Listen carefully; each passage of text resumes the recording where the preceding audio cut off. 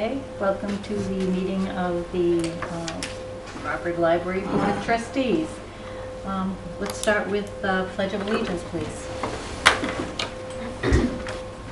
I pledge allegiance to the flag of the United States of America and to the republic for which it stands, one nation, under God, indivisible, with liberty and justice for all.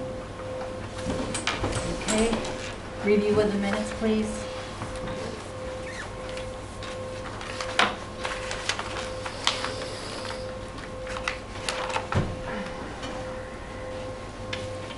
I have extra copies if anyone needs them. It's all right, I have it on my phone. Okay.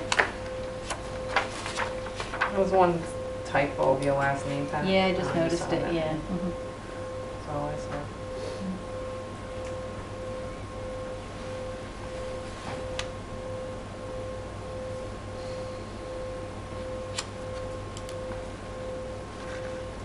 Make a motion, we accept these minutes. Second? And we'll vote for reading. Okay. All in favor? Aye. So moved. All right, Karen, you're on. My report. Oh, never mind, I'm good. All right. I'm back. Okay. Okay, so had another great month of programs. The C. McKinney Genealogy Group presentation went very well. And in fact, our genealogy group had a couple of new members show up last month in February, which is an off month for presenting. Mm-hmm. A mom and daughter looking for help doing their family genealogy. Nice, yeah. So George was so thrilled. Yeah. I attended that meeting and it was very informative. Yeah. She's an interesting lady, has a lot of experience and had a lot of knowledge to share. Yeah, that's very great. good. Thank It's you. a nice little group that is always willing to, help out. Mm-hmm. So it can be daunting to get started. I'm sure. And just for those watching, our genealogy group meets on the fourth Thursday of the month at 6 o'clock in the local history room. And every other month we try to have a guest presenter. In March, we'll be having a presentation on French-Canadian genealogy by Margaret Fortier. So, and then every off month, we just have general discussion and people can show up and get help and use Ancestry. And, we have Ancestry Library Edition available on the library computers. It's not available from home remotely, but you can come in the library and use it. It's very well used. So, and that's offered by the library. So, come on down. Anyway, Kathy's Pizza and Pages YA. I'll just hit a couple of high notes here. The Pizza and Pages teen book group is going very well, and we are we're looking to continue that on through the remainder of the year with the support of the friends. Great. So I have a few upcoming programs that I'd like to highlight aside from our ongoing knitting and literacy. On March 18th, which is a Saturday from 9:30 to 12:30, we will be hosting Nicole Wander, who's a needle felting artist. She's also does puppets, but we won't be doing puppets that Saturday. We're going to needle felt a bluebird. And needle felting is really neat. It's pretty easy to learn. It's for mature teens and adults because there is a sharp needle involved. And you can, just by poking at wool, you can make all kinds of objects. I had to boil it all down. There's a great book in the library on the little felted creatures. Oh yeah. They're adorable. Dogs, cats, Yeah. horses, donkeys, you name it. I just recently took a class at Worcester Art Museum by another needle felter who's coming to the library in May, and we did a landscape, so that's a flat two-dimensional item, and we also did a bunny. So yeah, I should have brought my bunny rabbit for display. Anyway, so Saturday, March. I got off track here. On Saturday, March 18th, Nicole will be at the library leading this workshop on felted bluebird. The registration is required because space is limited, of course, and there's a $10 materials fee. So that defrays the cost to the Friends. And that's payable at the time of registration. So pop by the library. I know it's a little more than half full. And that is Saturday, March 18th at 9:30. On Thursday, the 23rd, is the presentation by Margaret Fortier on French-Canadian genealogy. That's free to the public, but registration is encouraged. That's just so we can figure out how many handouts. That's also sponsored by Friends of the Library. And lo and behold, on Thursday, March 30th at 6:30, the Aldrich Astronomical Society, a couple of members will be coming to present their backyard astronomy program. And that is to show patrons how to use our newly donated Orion telescope. A Dudley resident has donated this through the Adopt a Library program with Aldrich Astronomical Society. It's a very well-known program throughout New England, actually, not just in Massachusetts. I think it started in Maine, of all places. And now John Root, the organizer, has told me that it's in something like 90 libraries in Massachusetts. So, and this is absolutely free to us. Wow. So we'll be beginning to lend that. I didn't want to start lending it out until I offered this program. That's on the 30th. And it according to John, the planets will all be in alignment and all we need is good weather. They will be doing a presentation on viewing the night sky, and then we'll go outside and use the telescope. Yeah. And that is Thursday, March 30th at 6:30. It's free. There's no registration. Just come on down. Okay. As far as youth programs go, again, we have, for the month of March, we have a Dr. Seuss reading contest. It's sign up in the children's room. It's called Ready, Set, Read. We do this every year. It's sponsored by the Friends of the Library. And you just sign up in the kids' room, and you'll be eligible to, there'll be a drawing at the end of the month. You'll be eligible to win a Dr. Seuss related prize. I can't say what it is. Let's see. Other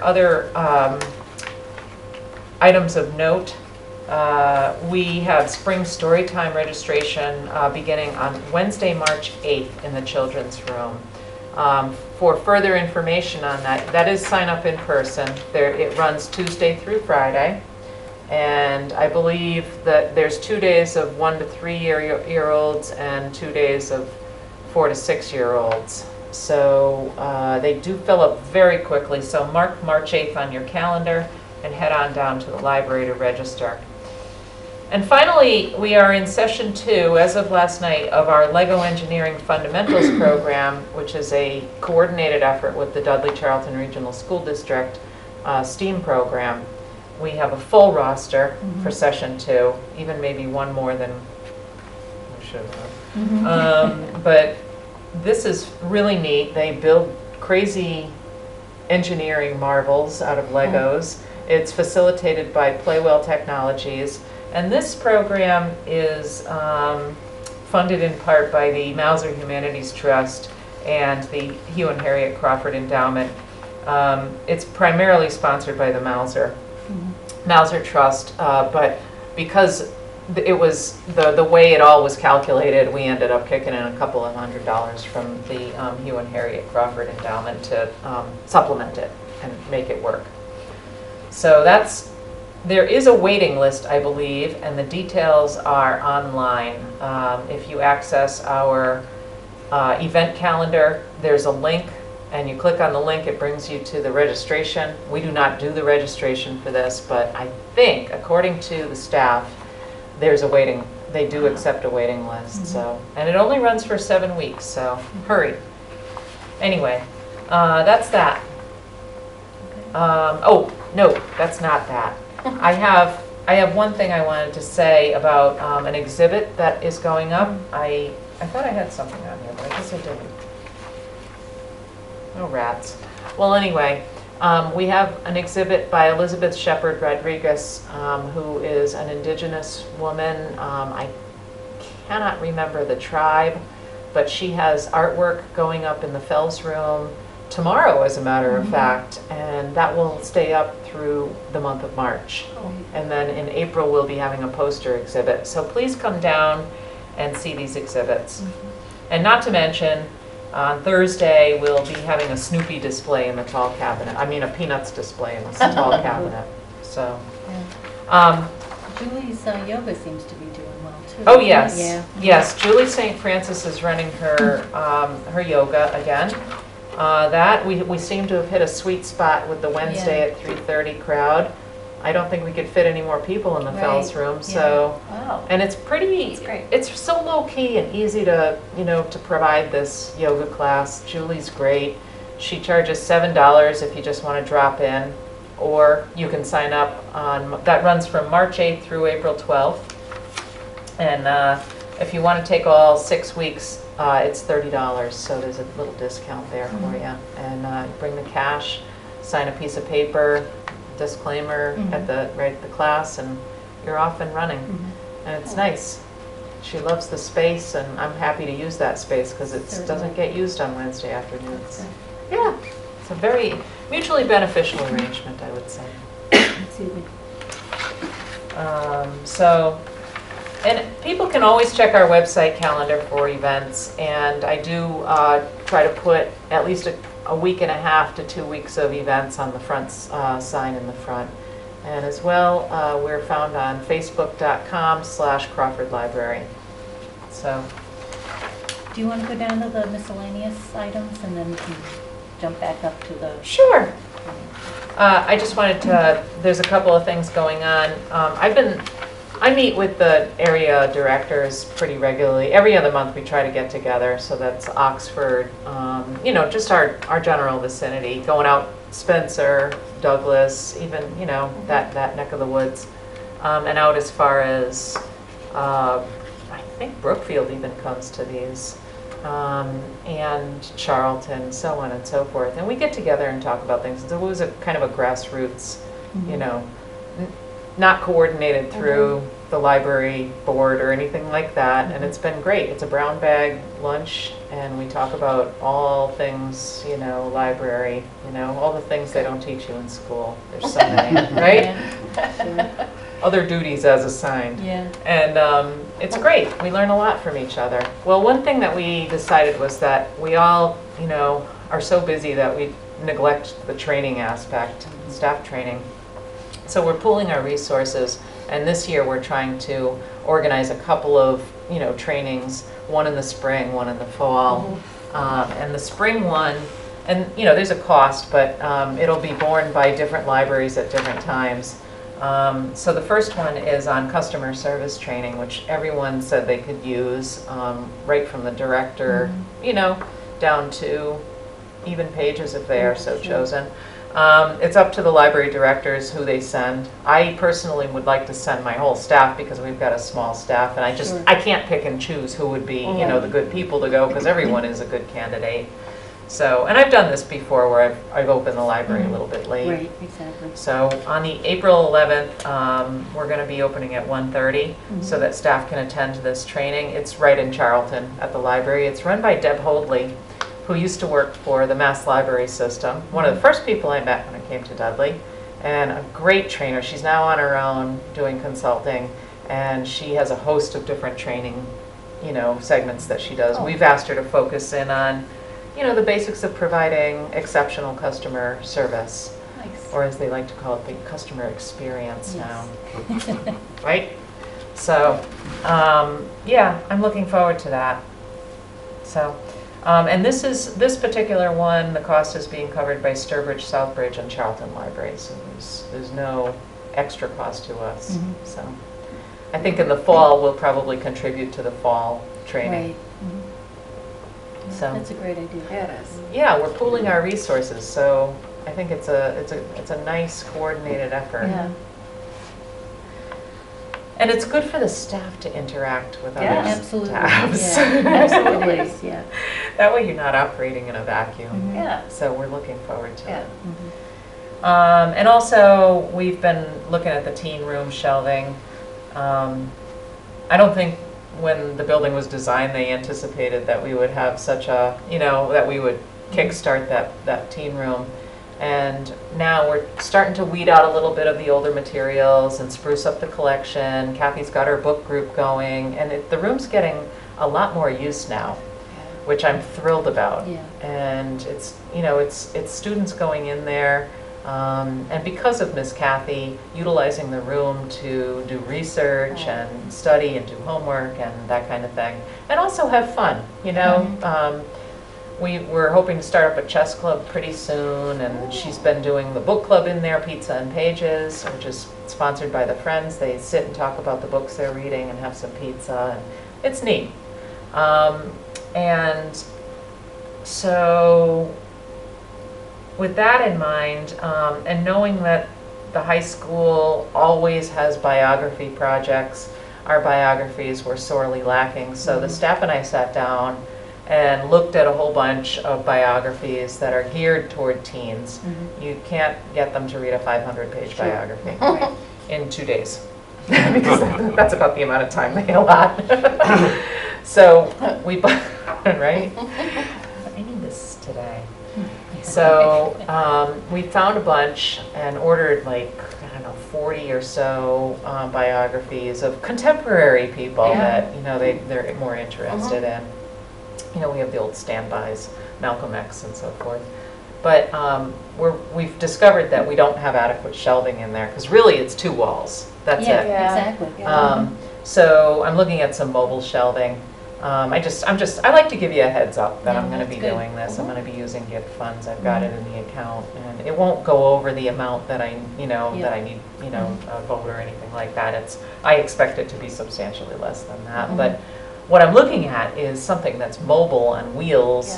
I don't need huge shelving. I just need some shelving, So we're looking at moving the biographies and the nonfiction out of those 2 stacks into this mobile shelving where we can, shift around. And I found some through Demco that's neat looking and will fit into the sort of look and feel of that room. Yeah. Good. So that's that, and just real quick, Hector has started. He started on February 6th as a contractor, independent contractor. Everything's going fine, no complaints. He's doing a great job, and it's definitely more beneficial to have this arrangement versus the cleaning service that we had, because it's a completely different model. Yeah, good. It's not get in and get out as fast as you can. It's really taking good care of the library. So that's working out just fine. So that's that. Any questions on that before I move on to the budget? Great. What did I do with that? Stop looking. So I'm pretty excited. We're really right where we want to be. We have 4 months left of the year, essentially.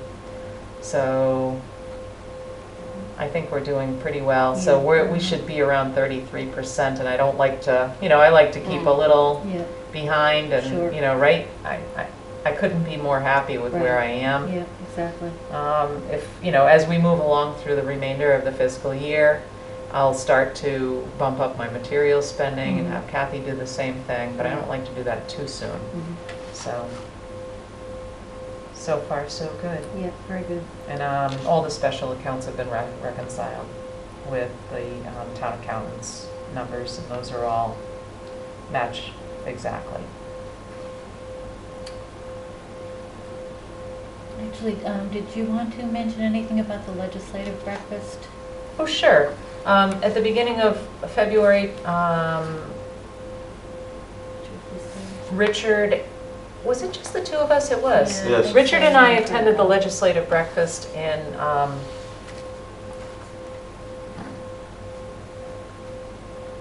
Sutton. Sutton. I knew it was an S town. And there were a host of legislators there. I touched base with Ryan Fatman, Mhm. and he's expressed an interest in coming and setting some hours to talk to the public at the library. Okay. And so right now they've pledged their support, and I was looking. I don't think I brought a copy of it, but you may. I think you're probably on the list. Oh no, here it is. The last I knew, the FY17 agenda request. Why does that say 17? I think they mean 18.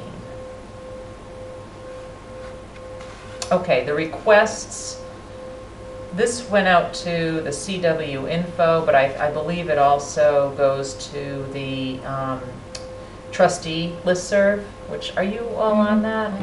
Yeah, so every now and then you'll get updates about the the governor's budget. And right now, I mean, I personally don't see that it's going to be too big of a cut. Mhm. There are two areas that may be affected in the next fiscal year if the legislature is unsuccessful in putting the MBLC request back up where they want it. One of those is delivery. I don't think it would impact us all that much. It will definitely impact, well, it might impact us if we reopen on Saturdays, which is my intent this September. They would discontinue Saturday deliveries. Right. Still not an enormous impact to us, since we don't get Saturday I deliveries now. think it was mentioned that it might impact some of the smaller libraries in the state where they would just be eliminated entirely. Yeah. Which is exactly the opposite of what you want to do. Exactly. They're the ones that rely on Yep. the delivery the most. So, I'll continue to keep an eye. It's still pretty early yet. I think the other impact would be to the databases. I actually think that would be more harmful to us. They would have to, the Mass Board of Library Commissioners, right now they provide some Gale databases that are powerful databases, peer-reviewed, very important for kids to use when they're doing research reports because of these peer-reviewed articles that are in there. And those, I'm not sure they would go away, but the libraries would, right now we don't pay for those directly, but we would probably be asked to kick in some money for those as well. So, still not a showstopper. But those are the two big things that would be on the chopping block should this come to pass. But like I said, it's still kind of early, and I'll try and keep you guys posted, and definitely if you're not on the listserv for the Board of Library Commissioners trustee listserv, get on it, and you'll see things start to come through as they work through the budget process. One of the things that I came away from that meeting with, and I think several of the representatives mentioned that it's kind of the squeaky wheel process. If you don't make it known that you need something, then the assumption is that everything is fine and nothing is required. And I don't know if anybody might be listening, but if they wanted to get in touch with their Representative Durant or Senator Fatman and make mention of the fact that they need funding and we need funding for the library going forward, and it's not that everything is fine and dandy if they're not hearing from us, that funding is still required. Well, and it's not funding for, for us specifically. No, it's no. funding for the Mass Board. For the board, statewide, state, really. Exactly. Right. And yes, you're right. The advocacy at Mass Board has done a great job of sending notices to the libraries and saying, look, here's a boilerplate, email your legislator. And so I was confused when the legislator stood up there and said, we just assume everything is fine if we don't hear anything, because, we definitely open our mouths. I think library directors have the biggest mouths of all. And I suspect what they were saying is that there are others with still larger mouths, if you will. Well, I think what they were making still saying, more noise. I think what they were saying when I pressed him on it was those boilerplate letters are not an ideal way to get in touch with them and make yourselves heard. It's pick up the phone and call them directly.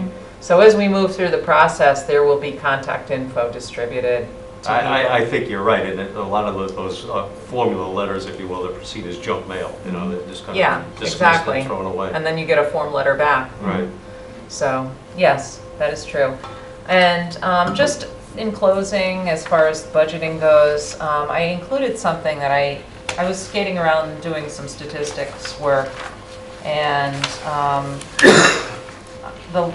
there you should have something that says value of materials circulating.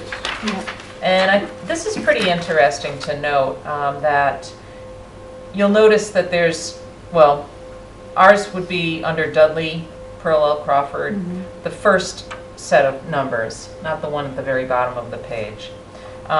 So items you get from other libraries is interlibrary loan coming in. That's you placing, you know, a hold on something, comes in from another library. So far, this year, the value of those items is $148,706.87. That's if you were to go out and purchase the item, okay? And then items that we send to other libraries is what I call ILL out the door. That's $144,331.92. So, you know, they're close. We definitely send out less than we bring in because we're a smaller library with a smaller budget, and, you know, so therefore it translates over. But it's nice that we're this close. It's when, and actually, when they determine state aid, this plays into our state aid award. Because they want to make sure libraries aren't sandbagging and relying on the rest of the consortium and the rest of the state for their materials. That's where that 16% materials expenditure comes in. Okay, you gotta carry your own weight, or they will decertify you. And when you get decertified, you aren't allowed to use a lot of the. You don't get state aid. You know, I mean, everything is cut. It's a terrible road to go down. And then items over your circulation desk is the real mind-boggling one. That's our items that we circulate, that we own, $799,545, and we're not done with the year yet. Yeah, that's amazing. So there's some numbers for you. There's putting some dollar figures on the on what we provide for our community. So. Do you have the information for like last year, the year before? Yes. That would be kind of interesting to see. Yeah, see, they go all the way back to 2013. It'd be interesting to see. Sure. So I thought I'd include that. I like to throw these little things in here every now and then, you know, to let you know that I look at these things, and, you know, especially now we're coming up on budget season. I don't anticipate that our budget is a showstopper because we're, you know, it's pretty modest, I think, and so it's right where it should be. So that's all I have, I think. I have a question, if I may. On the library budget FY 2017, it's noted state aid FY 15 is still $86.54. Is there an expiration date on that, or is that just forever? Well, that'll go away this year. It just seemed. I used some of that for the computers, and I'll be using more of it for the computers. So I will start to tap into, as I get back to my computer project, that and the FY16, because that's kind of earmarked for my tech project. So, but as we work through it, it gets deducted from the account, and, you know, sometimes it ends up. Yeah. No, I was just curious. I wondered if we eventually would see, you know, FY, just an additional year added on, and it would just be carried forward. But as it seems like it's kind of a strange amount, $86.54. No, that's just because we had, you know, I don't know, $18,000 or $15,000. Right, it's just a balance of whatever Right. remains. Right. And as I work through it, that just gets deducted. It's just a balance. Okay. That's all. Thank you. Sure. Okay. Anything else? Anything? No? Okay. Our next meeting is March 28th.